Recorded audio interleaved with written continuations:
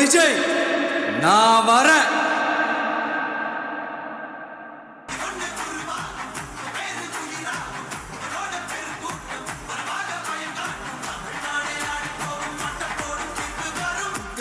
உங்க விஜய் உயிரன வரனா விஜய் உங்க விஜய் எளியவன் குரல்னா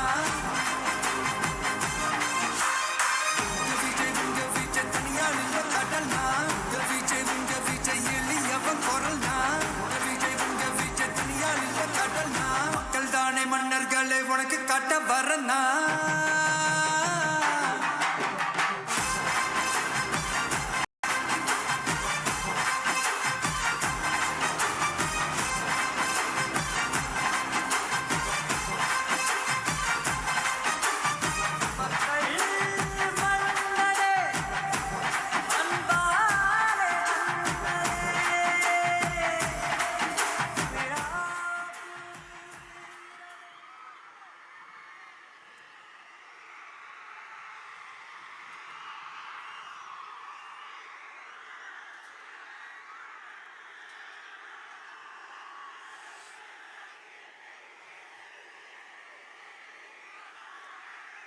என் நெஞ்சில் குடியிருக்கும்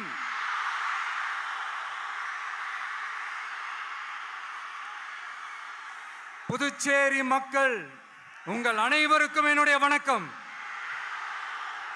வணக்கம் வணக்கம். எல்லாரும் எப்படி இருக்கீங்க?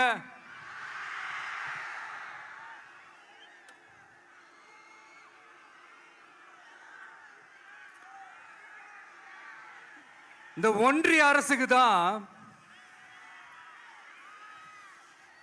தமிழ்நாடு ஒரு தனி மாநிலம், புதுச்சேரி ஒரு தனி யூனியன் பிரதேசம். அவங்களுக்கு தான் தமிழ்நாடு தனி, புதுச்சேரி தனி, இப்படிலாம் இருப்பாங்க. ஆனா நமக்கெல்லாம் அப்படி கிடையாதுங்க. நாமெல்லாம் வேறு வேறு கிடையாது. நாம் எல்லாரும் ஒண்ணுதான்.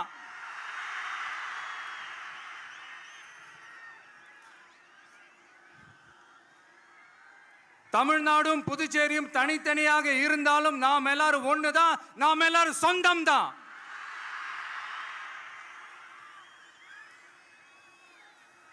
வேற வேற வீட்டுல, வேற வேற ஊர்ல, வேற நாட்டுல, வேற ஸ்டேட்ல இருக்கிறதுனால நாம் எல்லாரும் சொந்தங்கள் இல்லைன்னு ஆயிட முடியுமா?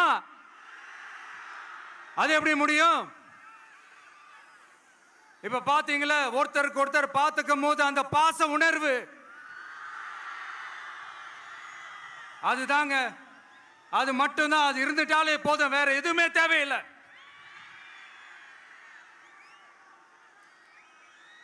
அதனால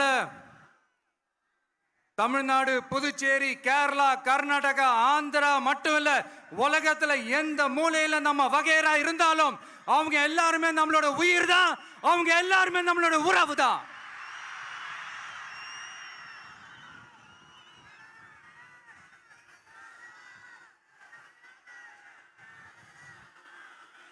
புதுச்சேரினாலே உடனே ஞாபகத்துக்கு வர்றது மணக்குள விநாயகர், அரவிந்தர் ஆசிரமம், வில்லியனூர் மாதான் சொல்லி இவங்க எல்லாரும் ஞாபகத்தில் வருவாங்க.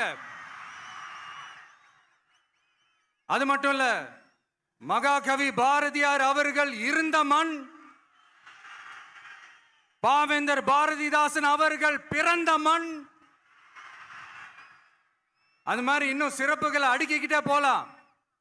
ஆனா அரசியல்னு வந்துட்டா ஒரு முக்கியமான விஷயத்தை பத்தி நம்ம சொல்லி ஆகணும். 1977ல புரட்சி தலைவர் எம்ஜிஆர் அவர்கள் தமிழ்நாட்டில் ஆட்சி அமைச்சாங்க. ஆனா அதுக்கு முன்னாடியே 1974லயே இங்க புதுச்சேரியில அவங்களோட ஆட்சி அமைஞ்சது. அதனாலதான் அப்பவே சொன்னாங்க, நமக்காக வந்தவர் எம்ஜிஆர், அவரை தமிழ்நாட்டில் மிஸ் பண்ணிடாதீங்கன்னு நமக்கு அலர்ட் பண்ணதே புதுச்சேரி தான். அப்படிப்பட்ட புதுச்சேரியை நம்மளால மறக்க முடியுமா? அது மட்டும் இல்ல, இங்க இருக்கிற மக்கள் தமிழ்நாடு மாதிரியே புதுச்சேரி மக்களும் என்ன கிட்டத்தட்ட ஒரு 30 வருஷமா என்ன தாங்கி பிடிச்சுக்கிட்டு இருக்கிறீங்க.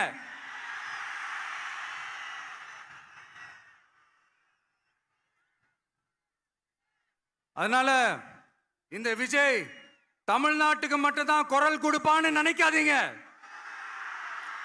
அப்படி பண்ணாத தவறு.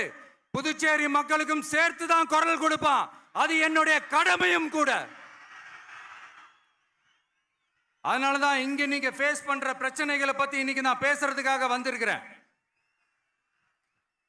அது மட்டும் இல்ல, இந்த புதுச்சேரி கவர்மெண்ட்டை பத்தி நாம சொல்லியே ஆகணும். இது டெஃபினட்டா தமிழ்நாட்டில் இருக்கிற மாதிரி நம்ம திமுக கவர்மெண்ட் மாதிரி கிடையவே கிடையாது. ஏன்னா வேற ஒரு அரசியல் கட்சி நடத்துற நிகழ்ச்சியாகவே இருந்தாலும் அந்த நிகழ்ச்சிக்கு தன்னெழுச்சியா வர நம்ம மக்களுக்கு பாதுகாப்பு கொடுத்து பாரபட்சமே காட்டாம இந்த கவர்மெண்ட் நடந்துகிட்டு இருக்கிறாங்க. அப்படிப்பட்ட இந்த புதுச்சேரி கவர்மெண்ட்டுக்கும் நம்ம புதுச்சேரி சிஎம் சார் அவர்களுக்கும் இந்த நேரத்தில் என்னுடைய மனப்பூர்வமான நன்றிகளை தெரிவிச்சுக்கிறேன். இத பார்த்தாவது தமிழ்நாட்டில் இருக்கிற அந்த திமுக கவர்மெண்ட் கத்துக்கிட்டா நல்லா இருக்கும்.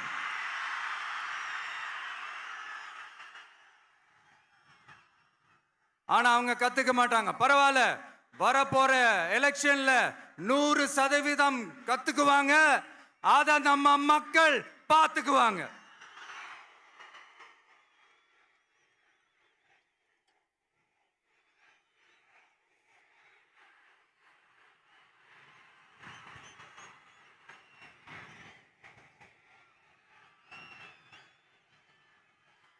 புதுச்சேரியில் இருக்கிற கவர்மெண்டோட கூட்டணி ஆட்சியில் இருந்தாலும் புதுச்சேரிய ஒன்றிய அரசு எதிலையுமே கண்டுக்கல என்றது புதுச்சேரி மக்களான உங்களுக்கு நல்லாவே தெரியும்.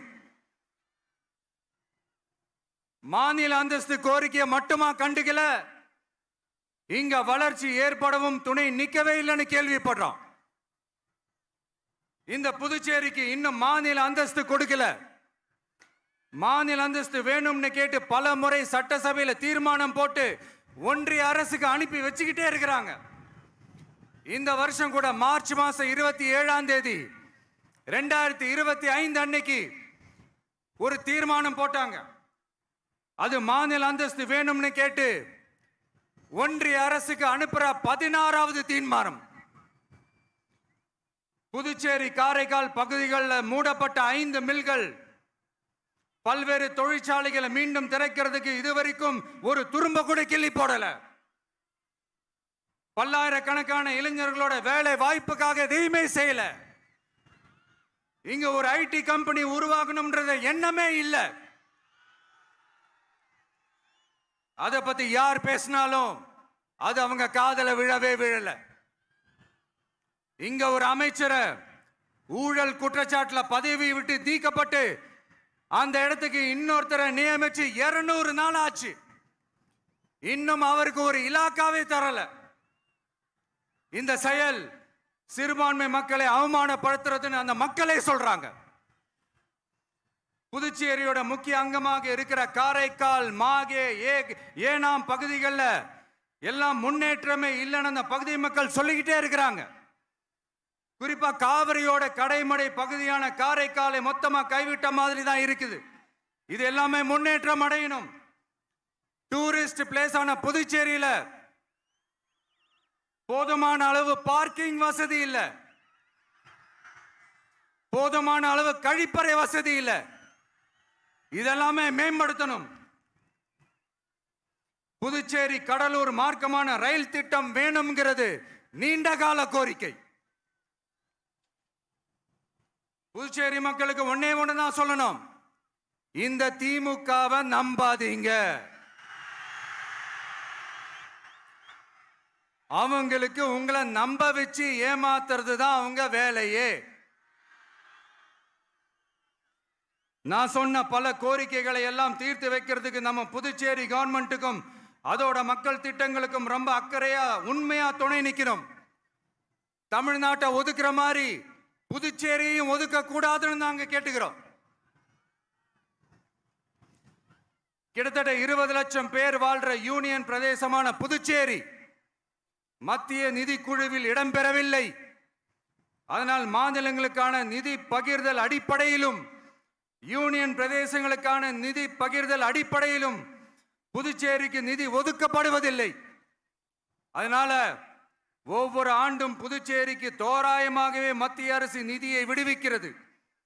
அந்த நிதியும் அரசு ஊழியர்களின் சம்பளம், ஓய்வூதிய தொகை உள்ளிட்ட திட்ட செலவுகளுக்கே சென்று விடுவதால் மீத தேவைக்கு வெளிச்சந்தையிலும் கடன் பத்திரங்களை கடன் வாங்குகிறது புதுச்சேரி. இந்த நிலைமை மாறணும்னா ஒரே வழி மாநில அந்தஸ்து. நம்ம புதுச்சேரி மக்களோட பல்லாண்டு கால கோரிக்கை. புதுச்சேரிக்கு போதுமான நிதி வரத்து இல்லாததுனால வெளியே கடன் வாங்க வேண்டியதா இருக்கு.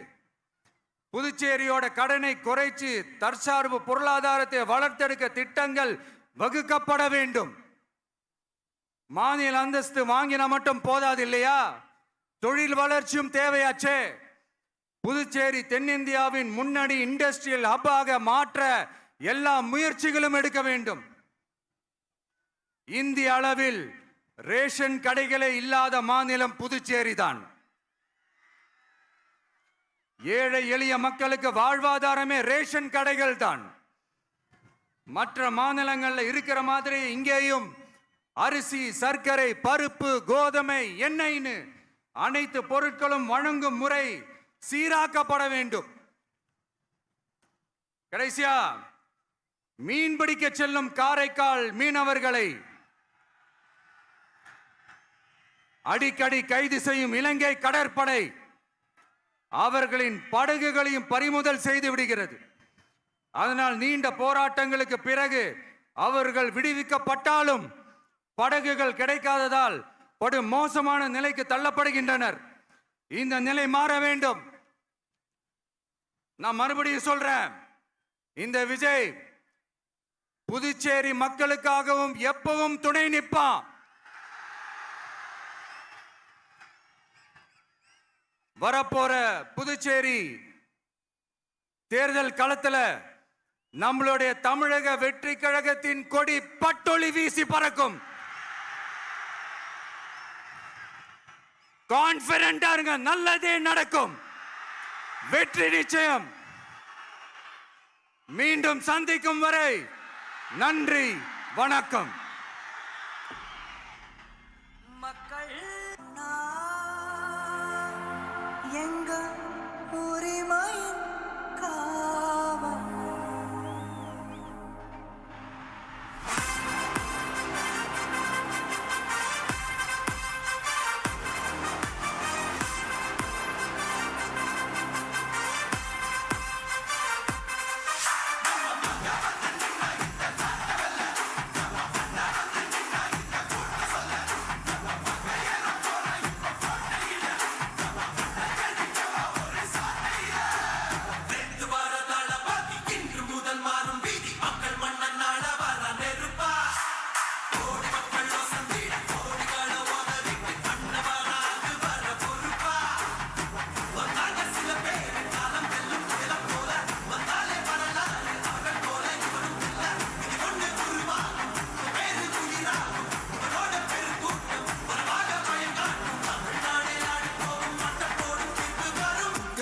உங்க விஜய் உயிரன வரனா